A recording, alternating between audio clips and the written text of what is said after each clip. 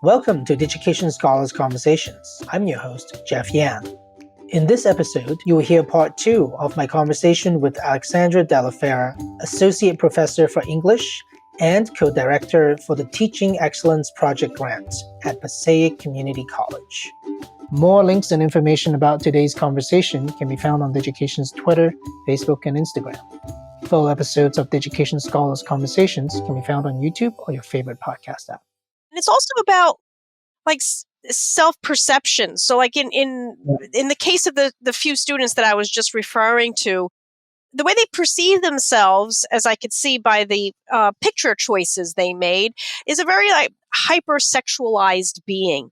And, that's what they are always trying to convey on social media, I think. But what I wanted them and need them to see, especially as females, is that there's this other side to them, that they could cultivate this other person that's in them. So for instance, I say, I think maybe it would be best if you take a look at your graduation photos. If you select a graduation photo, what does that do? That shows a sense of accomplishment, and I don't say this, but that accomplishment had nothing to do with their sexualization.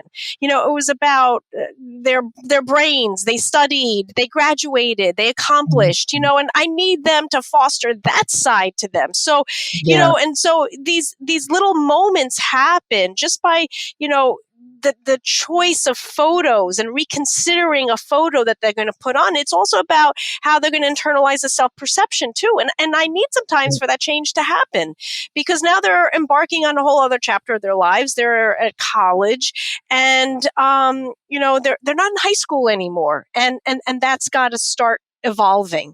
So, that's where these little moments happen with an ePortfolio that you just kind of don't plan on. But then when it happens, you realize the benefits. Right. Well, I bet you that a lot of what you are saying and what you do with the students may ultimately contribute greatly to the way that they developmentally, how that's going to progress in the next, few years. I can only hope.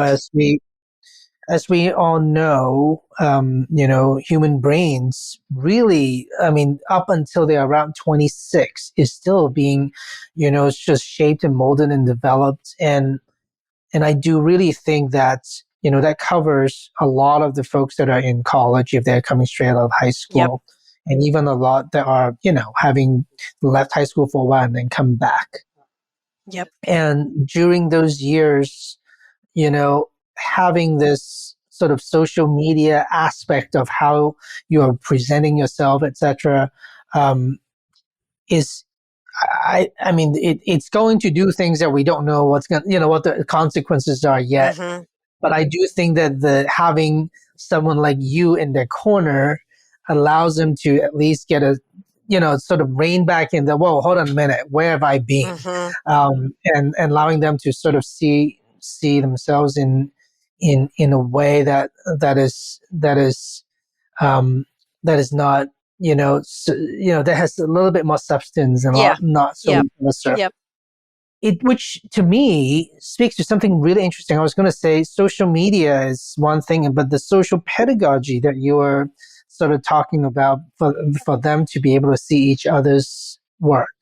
I know that there are some people get straight into the, whoa, that's dangerous. But then there are other people that are going, no, that's so engaging. And I still remember, so for me, it's been so natural because I went to an art and design school. I taught at one. Our students,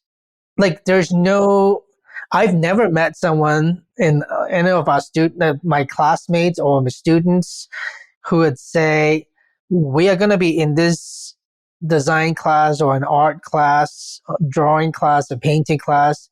I will do all this, but no one can see it. Yeah. They don't always been, they want it. We're going to do the work. You just naturally want the world to see it. Yes. Even the shyest person, even the person who's most private, when they create something, they may not want to talk to you about it, but they want you to see it. It's a great point. it's a really interesting sort of mode of thinking and learning. So for me, that has never ever even been like a consideration. Mm-hmm. Are they going to be? But interestingly though, if we go back to, like a more traditional, like, K-12 education in the United States, and even, in the colleges, and for such a big part of it, your work has a lifespan of about a week, because you do the work, within the week someone reads it or look at it, and then And you that's just it. move on. And then Next the one. audience of one Yep. person, That's a good point. you put your work in. To me, I always thought, man, if my students, if that's what we make them do, which is, you're allowed to do this drawing, but only I get to see it, and in a week's time, I won't even remember it anymore, and neither will you. Like, what kind of message are we, like, why would they put any effort into it? I'll tell you. So to that point, one of the greatest unexpected benefits was how it became a motivator for my students, because I allow them to write for a public audience, to share their photos for a public audience, so that they know it's very public. It's for all the members of their class. And I always have at least 22, 23 students in my class. Most of them do not drop, so they stay the whole time. So we're a nice bunch. And because it is so public, they get to see each other's, they get to see what they do. And it's not just like the aesthetics of it, but it's also the quality of their reflections, because with every essay that they post, I also have them coincide that assignment with a reflection of that whole writing process. And that's, in part what an ePortfolio is. It's a reflective tool. They could go back, they could see their growth and chart that growth and really visualize it. But it's not just then for themselves. Then students get to read each other's reflections, and then they see the kinds of observances that their classmates are making about writing, about their process, even their struggles. There's tons of challenges when they're going through an essay and the writing process. And it's even good to share those, and they get to see that. And then they become motivated to go back to their ePortfolio and their reflection and improve upon it, because, they know that it's a very fluid product. It's not static, to like the point that you were making earlier. You do that one assignment and then you move on. You hand it in, you move on. There's a fluidity to this. And so they know that it's about change, and I need them to see it's about change, because they're ever changing. Their minds are changing, their desires, their goals are changing. And so I say this ePortfolio changes with you, and it grows with you, and so it becomes a real motivator. So that's why the public audience part of piece of this is, I think, really, really important.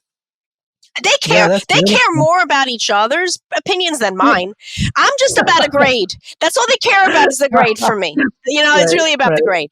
But they really care about each other and how they're viewed by their peers. So that's where the power is. Yeah.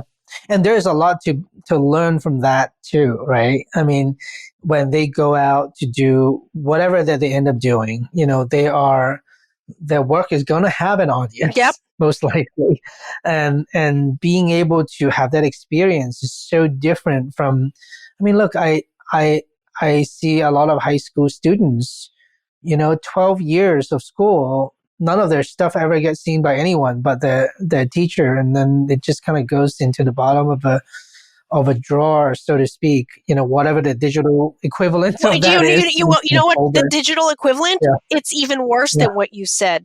Because now, and I know I have two boys in high school, now it's Google Classroom. Everything is in Google Classroom. And what we've learned is that because there's no paper anymore and everything is in Google Classroom, once the year is over, anything they submitted disappears. So they don't even have that work in the bottom of their desk drawer anymore. It truly does just disappear. It really disappears. It disappears. Yeah. Yep. Yeah. And it really just sort of, devalues the work, doesn't it? It makes it so that, I just feel like that, you don't feel like you need to invest much in it, because pretty ephemeral. It's going to be gone anyway. Be gone. And where's the ownership? They no longer even own it unless they have the wherewithal to go and print things out to keep a tangible copy. Then there's the ownership part is gone too. And that's pretty sad to me. Yeah, it is. Now, there's one part about sort of the social pedagogy piece that I really like as well. And you sort of alluded to it, which is they care about each other's feedback and, how they look, in each other's eyes. Did you know that I remember reading about some marketing studies by, I think it was by like either Coca-Cola or Pepsi as companies that were like launching drinks, and they said that apparently the first and most important criteria of the drink, you'd think it's the taste, but it's not. Is it the aftertaste? Is it the aftertaste part? No. It's how it looks if you are drinking it to other people. Really? Yeah. I'm surprised about that. Isn't that interesting? So when they were like launching a drink, and this is many years ago, I don't know whether it's still the truth, but they would say, no, like this is why when they launch things like Mountain Dew, it doesn't just come with, here's a bunch of caffeine and a thing that doesn't taste very good, It's like, no, it's launched with BMX, with skateboarding, with this and that. It's an identity, actually. Yeah, right. Isn't that so interesting, right? So I think a lot of people underestimate the amount of motivation people have from a social environment. But I also do find that from a more substantive, side of learning, just the sort of pedagogically in the classroom, at least for me, when I would have my students, do their work and they share with each other, one of the things that I find so amazing is that they sort of get to see, in your case, 22 other people's approach and 22 other people's experiences. And I find it as someone who is also a student of that sort of, environment, that, you pour your heart and soul into the way that you've decided to, do this project or to write about this thing or to produce or create this thing. And you make lots of decisions, you make a lot of choices, and you made a lot of assumptions, and you do this thing. But afterwards, you see all these other people, how they did it, clearly made different choices than you did, even including choices that you thought were never going to work. Like, that's good terrible. Point. Or, yep. Or sometimes you're like, I just don't have time for that. Like I have to focus on this is what I'm doing, But to me, the idea of having gone through solving something, having that deep experience once, and then seeing like 12 other or 20 others or 30 other people doing it slightly differently, it's such an amazing environment, because first of all, now you have all these other perspectives. So I think to me, being able to look at things from different perspective is a core value, or should be one of those, Janet outcome. Yeah, right. I wish. Makes a lot of sense. Yeah, just being able to see things from different perspective. Now, if we have more of that, our world will probably look more peaceful, today. Anyway, you're asking for a lot, Jeff. So this is different perspective. But something like much more nuanced is that if you are really into something, you spend a lot of time thinking about something, and then you see another person doing it in a different way, like another 5 more times, 5 different ways, you actually learn those things much, much faster, because you've already known the ins and outs of, this problem. That's interesting. And so you see how they do it. I never thought about that. It's so different than if you just seen it without your own experience doing. I've never thought about that, Jeff. And so I see that being a super learning environment, because you are reading or, seeing how, 20 people do it, 20 different approach. It, first of all, immediately makes you feel a lot less cocky about That's the true. decisions that you made, right? You're like, whoa, it can work 20 other ways. Yes, it is humbling. Right? I agree. It's humbling. It makes you realize that.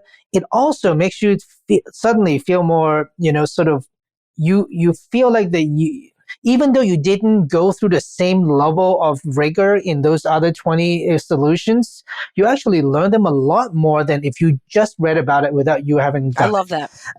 So to me, that's, sort of the one of the deeper end of where social pedagogy gives us. I love that. I think it really is wonderful. So I want to talk a little bit about what it's like to be teaching at a place where it's primarily Hispanic serving, and plus, others that are, that, like you were saying, maybe growing populations of other folks as well. And I want to talk about it, also in the context of sort of more meta sort of level, where higher education is, where community colleges, and what are the places that you see are like, students are succeeding and or needing help? Mm-hmm.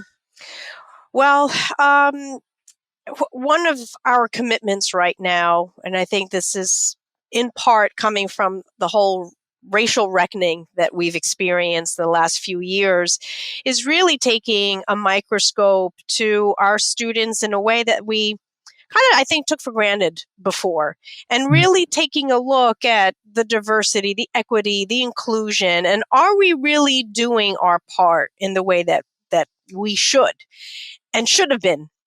So I think that what we're working on, we do realize that we need improvement in this area. I mean, starting with the fact, I'll start with this, that if you take a look at our faculty, most of our faculty are white. If you take a look at the promotional committees, most of those committee members are white. If you take a look at our administrators, most of those administrators are white. And so our students don't even have role models within the institution. Let's start with that, so taking a look at where we could be more successful is taking a look at, too, who are we hiring, and what changes can we make even there? Who are we putting in front of our students in the classroom? Who's motivating our students? So, let's start with that. But I guess to take it back to the ePortfolio is, I guess, one of the benefits. And, Jeff, I'm just coming from 2 weeks ago, I attended the Teaching Professors Conference, and the whole focus was on high impact practices in the teaching classroom. And the ePortfolio, I have to say, time and time again, became that number one high impact practice that colleges across the nation. I was with people from Utah, from New Mexico, from Minnesota. I was with everybody. And we're all seeing the value of needing to see who our students are and what their needs are. Because it's just not enough to say we are an institution that is, with our mission statement that we're, here to help, diversity. Well, really, what are we doing about that? And in fact, we changed our mission statement just this year to include, we're looking at our students in a more holistic way. So holistic is the word that we've used in our mission statement. And so I come back to one of my students, for instance. Now, I could not have known this about my student, but through his ePortfolio, when you take a look at the language choices that he made, he talked about how dance has become a very important thing in his life because it's helped him get through some pretty bad days. So that was a phrase that I clung to. Dance and being part of this dance troupe also has made his struggle more bearable.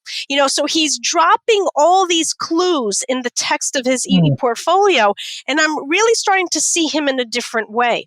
And I'm starting to really recognize that if we're talking about equity, am I providing all that he really needs to be successful in my class? Because clearly he's got some more struggles outside the classroom that maybe some of my other students do. I may not know what exactly those struggles are, but, when I took a look at what he shared, and I read between the lines, that's when I realized that I needed to take a different approach to this student. And in fact, after reading that in his About Me page, I sent an email to him right away. And I said, so-and-so, I have noticed that you haven't been coming consistently to all my classes. What's going on? What can I do to help? And so that's not something I ever would have known. I have to admit that perhaps if I saw a student not come to every one of my classes, I would automatically think, oh, you know what, they're just not ready for college. They're not ready. They're not ready to be here. Right. They're immature. They're blowing off another class session. They don't really want this, without really sitting and thinking about, well, what's his support system like outside of my classroom? He probably doesn't even have a support system. So where's the equity in that? And so that is where we're starting to see as an institution that we can't just say we're committed to DEI initiatives. We have to really roll up our sleeves and see what we need to see, and really recognize the big changes that we have to make. Does this make sense at all? Absolutely. I mean, you want to be able to meet them where they are, because they don't. You can't just say, I put this big pole in the ground and everyone has to come here and revolve around us. Right. And that's in fact what's not equitable, because there are people that are far away from that pole and they can't get there. And if your stance is to say this way or the highway, then they go the highway because they can't be there. Yeah. Right. Yep. And I think that's an amazing, an amazing observation to how just knowing more about the students or providing an opportunity for them to be seen allows you to do your job a lot better. And allow you to get a better understanding of, also, I think in this case, the quest to understand what equity actually means. Mm-hmm. I think that we all struggle with that, don't we? Yeah, I think so. We all struggle with that because we all have biases and we all have blind spots. Like until you see something, you don't learn it sometimes, right? And I'm sure as you see more of other students share their own either stories or struggles or hurdles that they have to jump through to come to class, it will make you a different kind of educator. Yep. Because I think but without doing that, you can't design it. Right? No, you can. And, and I think a lot of us do come with the best of intentions. It's just, we just don't nail it right sometimes, we just don't. And, that's, I think, where we need some improvements. And so you need that self-reflection first and foremost, and you need that openness of mind and of heart too, because quite frankly, sometimes I wonder some people that are teaching, I don't know, they've been hardened. The years have not been too good to them, I guess. I don't know. So yeah, and an openness of mind and heart. Yeah. Well, I do think that, people in general do have, people talk about like technology adoption curve, sort of like the early adopters, and then, sort of in the early part of the adoption curve, and at the end of the adoption curve, there are folks who are today still will insist to not even send an email, right? Yeah. And there might be some people that will just never, and that's what it is. And then there are people that are in different part of the curve. And I think that, and I'm not thinking so much about the technology, but I'm thinking about the sort of philosophy and pedagogy that you're speaking about, people who are sort of hardened or have a strong opinions about, hey, sort of either the good old days or this is how my experience was. Yep. It was tough, but you also have to go through it in order to succeed. Is the kind of thing that they are going to, maybe they're just in different part of the adoption curve, right? At some point, maybe they'll turn around. And at some point, technology does this, right? Cars, for example, got adopted over time, where cars also got nicer and easier to drive and easier to maintain.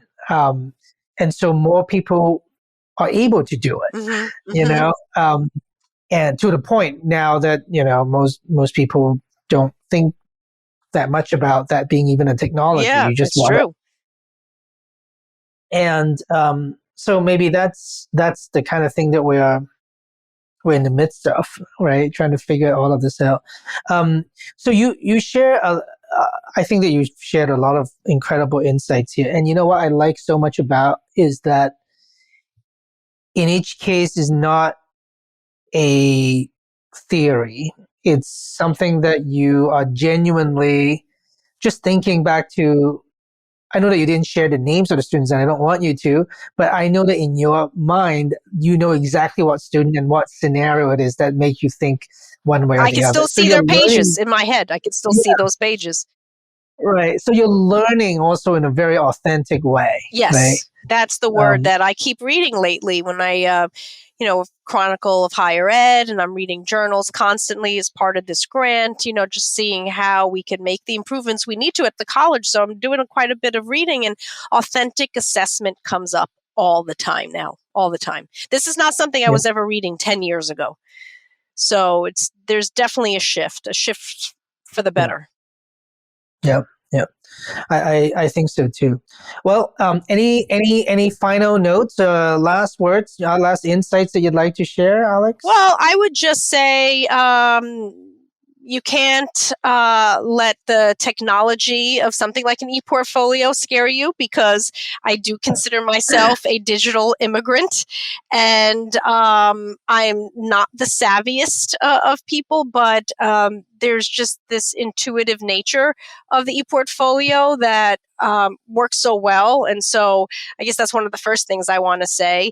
But I guess the larger issue is I think this speaks to not just my risk-taking, but my college's risk-taking. It just, we've got to be better teachers for our students. We owe them that much. And if that's going to happen, we have to step outside of our comfort zones, and we have to take risks. And so I felt like embarking on the ePortfolio through Digication was a definite risk, and because it could have bombed and I would have not looked so great in front of administration and colleagues, but I took the risk, and it's working beautifully. So I would just encourage everybody to just keep that in mind. It's always worth it. Well, thank you so much again for spending this time with us. I know that you had said before that Pablo spent an hour with you, and you now had spent an hour with me. You got it. So I guess we're all paying it forward to someone. I like that. I like the way you said that. Yep, for sure. Yeah. And I hope that we get to catch up again soon. I know that I'll catch up with you, otherwise anyway through our work. But I hope that you get to come back to the Digication Scholars Conversations and share more insights as you kind of move forward to year 2 and 3 and 4. I can't wait. But for now, thank you sincerely, and I hope you feel better soon. Thank you, and thanks for the opportunity for this. I'm really happy to share our experiences because, like you said, I am passionate about it, and so it's been a great opportunity. Thanks for asking me, Jeff. All right. Well, take care, Alex. Take care.